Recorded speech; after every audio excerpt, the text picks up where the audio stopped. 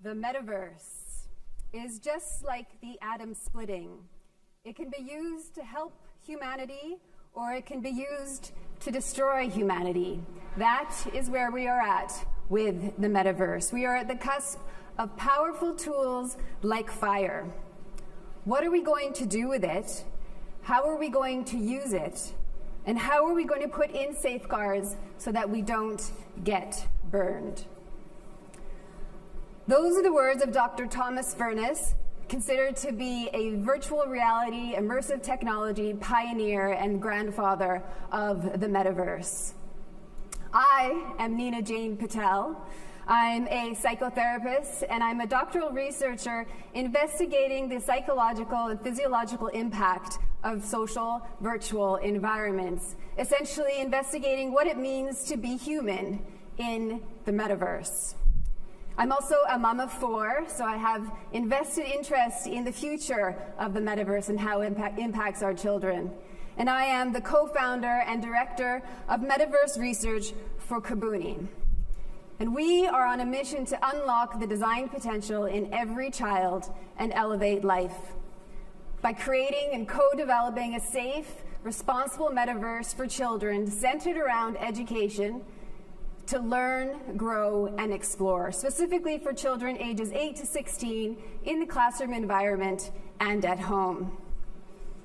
We are generating and specifically innovating in the area of education to approach creative innovation in pedagogy, as well as unlocking the imaginations of children in the classroom.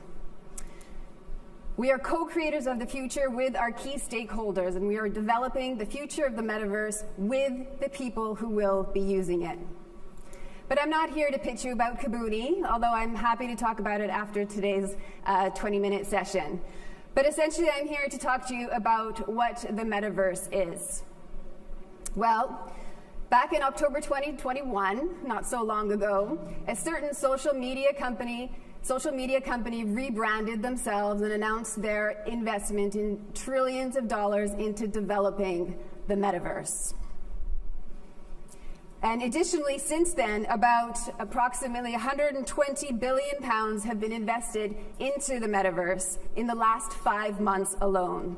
And by 2030, the value of the metaverse is estimated to be approximately $5 trillion. So the metaverse is coming. It's being invested in, and it will change your life. But in actual fact, and some of you may already notice or know this already, the metaverse as a term was coined in a science fiction novel by Neil Stephenson titled Snow Crash, in which people plugged into, in a post-apocalyptic world, post-socioeconomic crisis, where people plugged into the metaverse. And Neil Stephenson presented it in his novel as an evolution of the current state of the internet. And that is essentially what the metaverse is. It's the evolution of the internet from its current state into what's next. So what does that mean?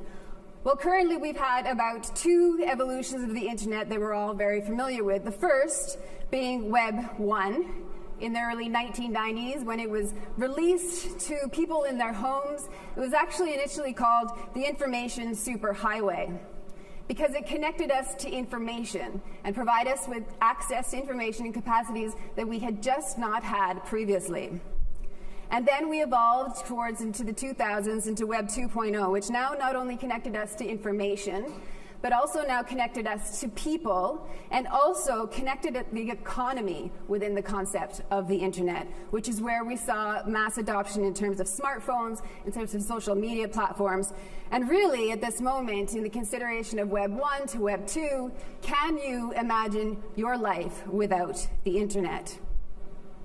Well, we are now at the dawn of a new version of the internet called Web 3, and a part of that is the metaverse, which now not only connects us to information and people, but it also connects us now to information, people, places, and things, or assets, if you'd like to call it that way. And there are many layers to what the metaverse will be in the future that are just unfolding as we speak, such as the content and the experiences available to us in the metaverse, the platforms that are provided to us, the infrastructure and the hardware with which we access it, and also the enablers such as the new payment gateways, the identity authentication processes that are required, and also, importantly, the governance and policies around the future of the metaverse. So there's a lot to unfold.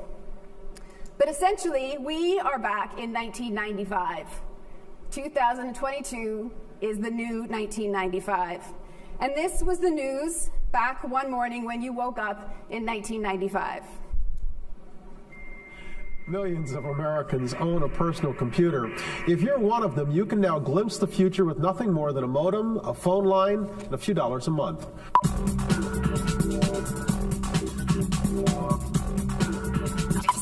Oh, that's that little right. mark with the A and then the ring around it. At? See, that's what I said. Katie said she thought it was about. Yeah. Oh. But I've never heard it. Around I've never heard it about. said. I'd always That's seen the right. mark, but never heard Yeah. it said. And then it sounded stupid when I said it. Violence at NBC. Just what is this main artery of the information superhighway? Every business, no matter how large and no matter how small, will be on the internet in the year 2000. It's the primary way that people will look up information. It will replace the yellow pages as we know it today. Are a lot of people just getting on to the internet because they feel that they have to get onto the playing field, so to speak? Well, it's very hip to be on the internet right now. There it is. Violence at NBC, GE.com. I mean, Well, Allison should know. what do you is think of that, internet Allison? anyway? Internet is that Massive computer network. the one that's becoming really big now. What do you mean? That's big. How does one? What do you write to it like mail? No, a lot of people use it and communicate. I guess they can communicate with NBC writers and producers. Allison, can you explain what internet is? No, she can't say anything in 10 seconds or less. I'm afraid that if I subscribed to something like internet, You would really be hooked. I would get hooked and I would never, spend time with my family. Does it bother you at all that these are all people that you don't really know? I mean, everybody's signing on and having these conversations and whining together or griping together or whatever, with people that I don't know if I. It is group therapy of the 90s. Well, as I mentioned, I have no desire to be a part of the internet because I feel like I'm so inundated with information all the time that I don't want more. Don't you ever feel like it's just constant bombardment? I don't know. I guess the thing I resent most is I would resent that, at least when you're home, if the phone rings, you have the option of not answering it. On the internet, people can send you messages all the time you don't even want to hear from. So, I wonder if any of these conversations sound familiar in the context of how we're currently talking about the metaverse. What is the metaverse? Why do I need the metaverse? What am I going to do with the metaverse? How is it going to, improve my life? Or perhaps in some contexts, I don't want to be a part of the metaverse. So we're back in 1995, 2022. We are in the same position we were with the internet in the context of the metaverse today. And I bring that up and I bring it to your attention because I want you to consider the impact and the potential of what we are about to experience in terms of change in our everyday lives, across industries, across relationships, across every aspect of human interaction.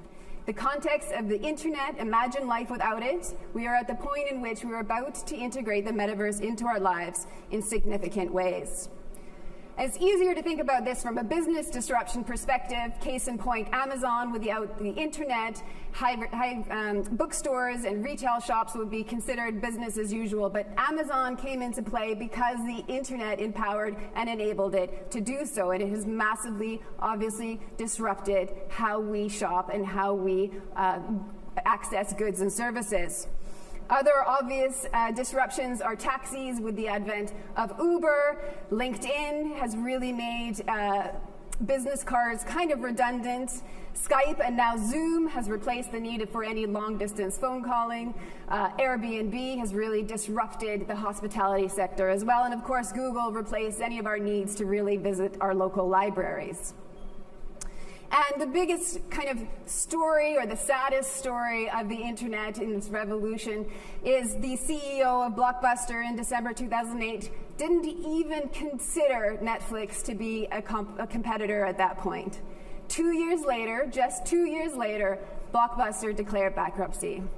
So the level in which the metaverse is going to change our lives is yet to be fully understood, but make no doubt that it will disrupt every aspect of human interaction in new, exciting ways.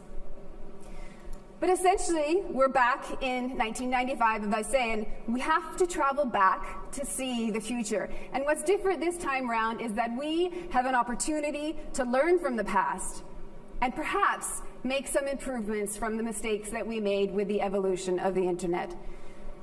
So how is the metaverse different? How is it going to possibly be any different than the current state of the internet?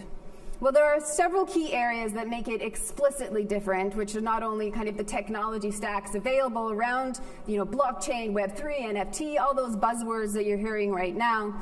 But one of the key areas in my area of interest as a psychotherapist, as a researcher, and as a mother is the level in which the metaverse will change our relationship with others, as well as our relationship with ourselves. Now, visiting again back in 1990s, before we had the internet, we only had our physical environments. We only interacted with each other in the real world, the real biological world. With the advent of the internet, we now had the digital world in which we could engage in human interaction. So we had our physical world over here and our digital world over here, Web 1. Web 2 brought those much closer together, but still separate, very much separate, but brought our human interaction, social media, e-commerce, brought them very close together, but still separate entities. The next evolution of the internet, Web 3, into the metaverse brings the two together with the promise of interoperability and convergence to seamlessly integrate the digital and physical into our lives, into the context of what we call convergence. Now, this is a very exciting opportunity. It provides us with the opportunity to step into the metaverse, which gives us the opportunity for new, exciting ways for human connection, not only for social interaction, but for accessing entertainment, removing geographical barriers, essentially, potentially removing time, space, and even gravity. And these new experiences open up industries to new potential ways of doing business, especially within the context of healthcare and in the context of Kabuni within education, to unlock imagination, to bring joy, awe, and wonder into the classroom. But how does this happen? How has the technology advanced such that the metaverse is now a compelling place to spend our time? Well, part of that is this transition from flat media into the immersive media that's 360 degrees around us. So we are no longer the observer of our digital interactions where we see it on a screen separate from us, but we are now stepping into the virtual environment, the digital synthetic environment, and we are experiencing it as a first-person participant. We are stepping into the metaverse, surrounded 360 degrees by digital augmentation and synthetic environments, and we are actively participating in it. We are no longer just watching it. So again, this is an opportunity where we step into the metaverse, we dance with our pixels, we engage with the digital world in magnificent and extraordinary ways. Another way to understand this in the context of how we as human beings will be engaging together in the metaverse is based on the original origins of why we created virtual reality or immersive technology, which was its military application. The original virtual reality technology was made for fighter pilots to train them for those life or death situations. And the only way that was going to be an effective model of training a fighter pilot is if it was as real as possible. And the technology and the fidelity has increased so much so that now the lines between our real world and the digital world are increasingly blurred.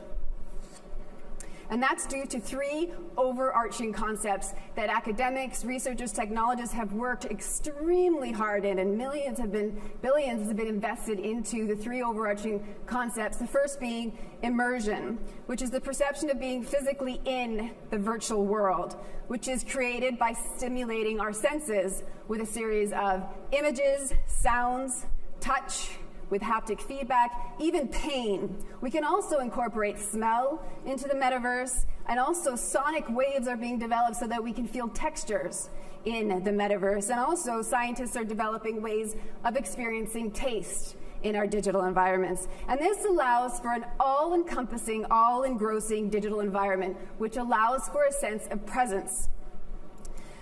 Immersion. The second set is presence, which is slightly different in that it is now a sensation of feeling that the synthetic environment is actually real.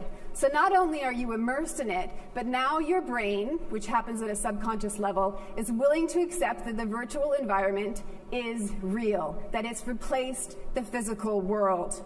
And again, it happens at a subconscious level. The neuroplasticity of the brain is so agile that it's actually quite simple for our brains to accept the virtual, all-encompassing space that we're immersed in as real. So we have immersion, we have presence, and the final piece is embodiment, which I find very interesting. As we step into the virtual world with a digital representation, which we call an avatar.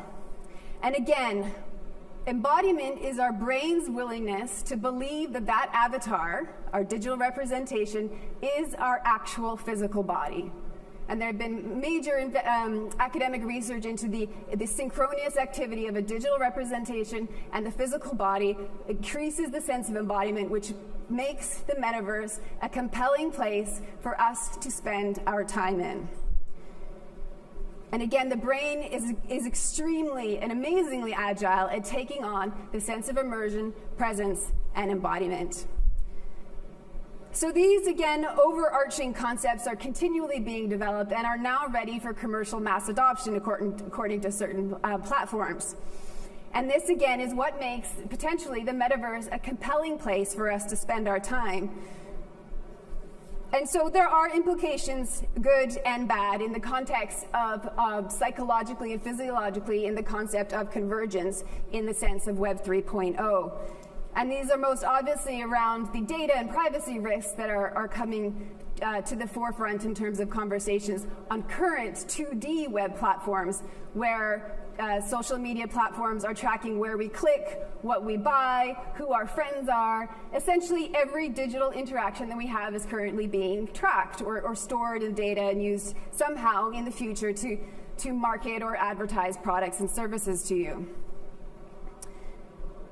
But when we step into the metaverse, when we become that active participant in the metaverse, dancing with our pixels, the technology and the artificial intelligence associated with it has the capacity to understand not only what we're doing, but where we go, what we do, where you look, how long your gaze lingers, your gait or your body language. It can track your posture, which it shows interest or emotional responses. It can also monitor your facial expression, and with the associated wearables can also track your vital signs and biometric feedback. And this is all data stored somewhere by the platform that you're engaging in the metaverse. But there are implications, again, around the psychological and physiological safety of us as individuals in the metaverse in the context of being fully immersed, fully present, and fully embodied in the metaverse.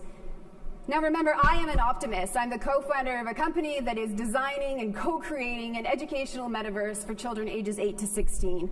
But what I am here to advocate for and call to action is that we must learn from the mistakes of the advent of the internet and its evolution. And I'm about to share a video with you that shows the psychological impact of what it means to be interacting with other human beings in the metaverse when it all goes wrong. Assaulted in the metaverse. Nina Jane Patel wrote that within a minute. I think we're missing the sound. Her avatar was groped by 3 male avatars, and her story of sexual assault is not the first. Nina joins us live now. We are also joined by Britton Heller, a metaverse expert and fellow at the Atlantic Council. Thank you both for joining us this morning. So, Nina, I want to start with you. Why did you feel it was important to share this story? Well, I'm a doctoral researcher in understanding the psychological and physiological impact of virtual environments. So I've been spending time in a variety of virtual environments within a VR headset. And this experience happened to me. And my biggest concern about this is, what if this had been my child, my daughter, or anyone else not understanding the implications of sexual harassment in this metaverse? That's a very good point. Britt and Nina's story is not the only report of sexual assault, as I mentioned before, taking place in the metaverse. Where do these issues of assault and harassment come from? Because this is a really new product, and it seems like if we can't get it together, how is this going to last? Yeah, we've allowed harassment and hate, misogyny to exist in our online and digital spaces since 1995. We prioritize anonymity over accountability and safety, and we have to learn from our mistakes. As we build out the future of the metaverse and other Web 3.0 tools, it's essential that we prioritize the safety of our children for their psychological health as the future of the metaverse integrates into their lives more and more. So, Britt, I have that same question for you. Where do these issues of assault and harassment come from? Basically, everything old is new again in the metaverse, just like Nina said, where we've had reports of harassment in the metaverse for years now. It's just the fact that it's becoming commercially viable and publicly popular that you're going to see these reports happen more and more and more as more people join virtual. Yeah, so this experience happened to me, and I am a very experienced virtual reality person. This was not my first experience in what we might call the metaverse in its current state. And let me affirm that my experience is just the tip of the iceberg in terms of women's experience online in its 2D format. And now we are entering into a three-dimensional, fully immersed, fully present, and fully embodied digital environment in which human beings have the potential to do significant destruction to each other if we don't take this next evolution of the internet seriously. And my question through all of this is, what are the implications for this next generation of children who will be growing up in the metaverse? Regulators and governments are still struggling to update laws to protect children for their online safety in the 2D world. And now we're entering a 3D world. How can we put in safety precautions so that we don't get burned, so that the potential for the metaverse is elevating our lives and not damaging it? As a small example, 1 in 3 of us in this room, as we were growing up as a child, never mind as an adult, but as a child growing up on the internet, 1 in 3 of us was asked to do something sexually explicit online that we did not feel comfortable with. This is before you even reached the age of 18. Now we are asking children to grow up in a world where we offer them a metaverse where their safety, psychological well-being is not prioritized. And now 1 in 3 of them, potentially more, will be asked to do something sexually explicit in the metaverse when they are fully embodied, fully present, and fully immersed in those digital environments. Again, let me remind you, I am an optimist, and I believe in the potential of the metaverse to unlock our design potential and elevate our lives. But we have to get it right in terms of prioritizing safety and the psychological well-being of our children and future generations. We are called to be architects of the future, not its victims. And a successful vision of the metaverse is one that sees the metaverse and its components of technology coming together, integrated, intentionally, intelligently, responsibly, and safely, and in trusted ways. Let me remind you that we are living during a most extraordinary time in human history. We're standing at the precipice of major change and disruption, just like 1995. And there is no doubt that the metaverse will change our lives. Now, I don't know how you felt about the metaverse before you joined this discussion today, but I do hope that you have hope and move away from fear. Because if we have fear and we feel that the metaverse is going to be something bad, which it certainly has the potential to do, but if we accept our fear, then we have no autonomy, we have no power, we have no control, and we have no choice. But if we move towards hope, then we have a fighting chance that the metaverse will be something good, that we have the power, the autonomy, the control, and our voices will be heard in demanding safe and responsible environments for ourselves and future generations. And just so you know, the metaverse is actually already here because your digital actions, every interaction you have online, every click you make, every like you make, every keyword you put in a search engine is shaping the future of the metaverse. So today, right now, this moment, you decide. Will the future of the metaverse elevate our lives and future generations, or will it destroy it? Thank you. Awesome. Thank you so much, Nina. We do have time for a Q&A. I wanted to open it to the audience, though. I wasn't sure if anyone had any questions they wanted to kick us off with. Oh, we'll go just here. There is going to be a microphone coming for you, so we can hear you online as well. Thanks. The question is really around, how you focus on education for that 8 to 16-year-old range. So for those of us that are a little older than that, what do you see, maybe from Kabuni, maybe not, maybe from other sources, to help integrate and educate those in our age range and a little bit older, especially if you consider the elderly population who we don't want to forget about as well. So how do you kind of introduce and help facilitate the transfer into this metaverse and how we can really unlock the power of it outside of that sort of youth range? Yeah, there is a lot of good activity happening in the metaverse space, and it's certainly not all doom and gloom. In healthcare, across making healthcare more accessible and innovating specifically for healthcare. Education is an area that I think post-pandemic we could all agree needs some serious innovation in the context of remote learning and how to use technology to improve the current education system. So those are very clear objectives from specific outcomes and deliverables that can elevate and deliver positive outcomes and measurable KPIs. Those are all possible. I think what's really of interest and what we can all take responsibility for, and unfortunately what we're seeing right now, is a collision of minds about what our digital spaces are used for.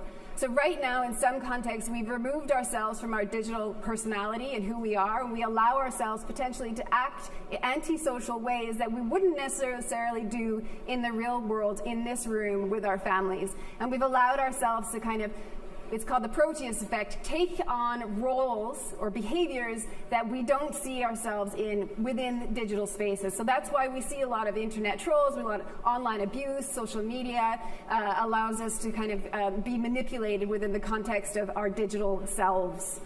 And what's important is, and maybe potentially what we could take on responsibility, is becoming more conscious about who we are in our digital interactions, knowing that the metaverse is a place in which it's not a fantasy world.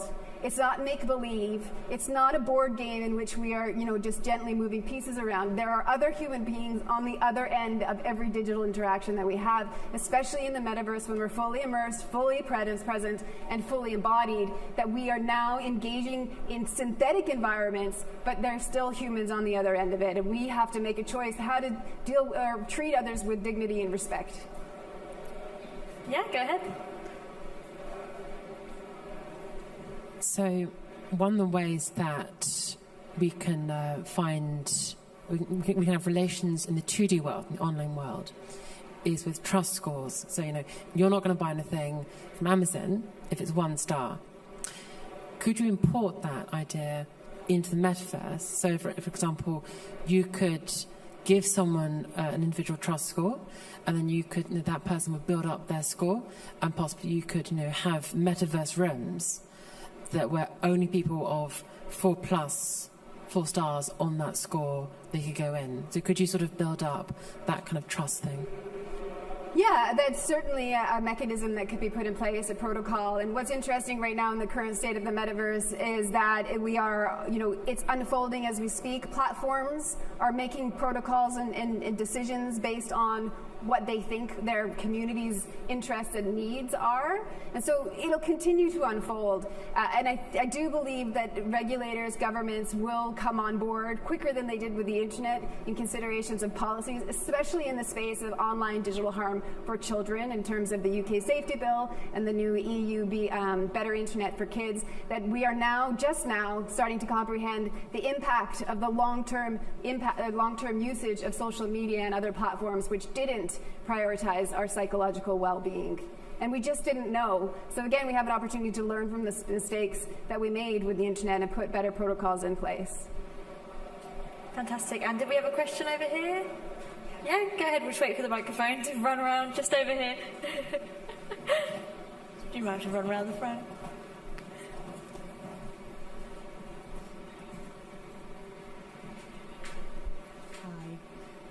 I think you almost just answered the question, or just the tip of the question. Being a mum of two that fall into that 8 to 16 category, and obviously the worries that I've seen with the current 2.0 version of the internet, is there more plans with the government to help with the education of children into the metaverse? You know, my children are now just getting the safety online education, but very little still, and a lot of it is left up to parents to enforce, to teach, and to advise children. Do you think that the government and the education system is more open to learning from the mistakes of the previous version of the internet, to helping students and children and educators to promote safety into the metaverse?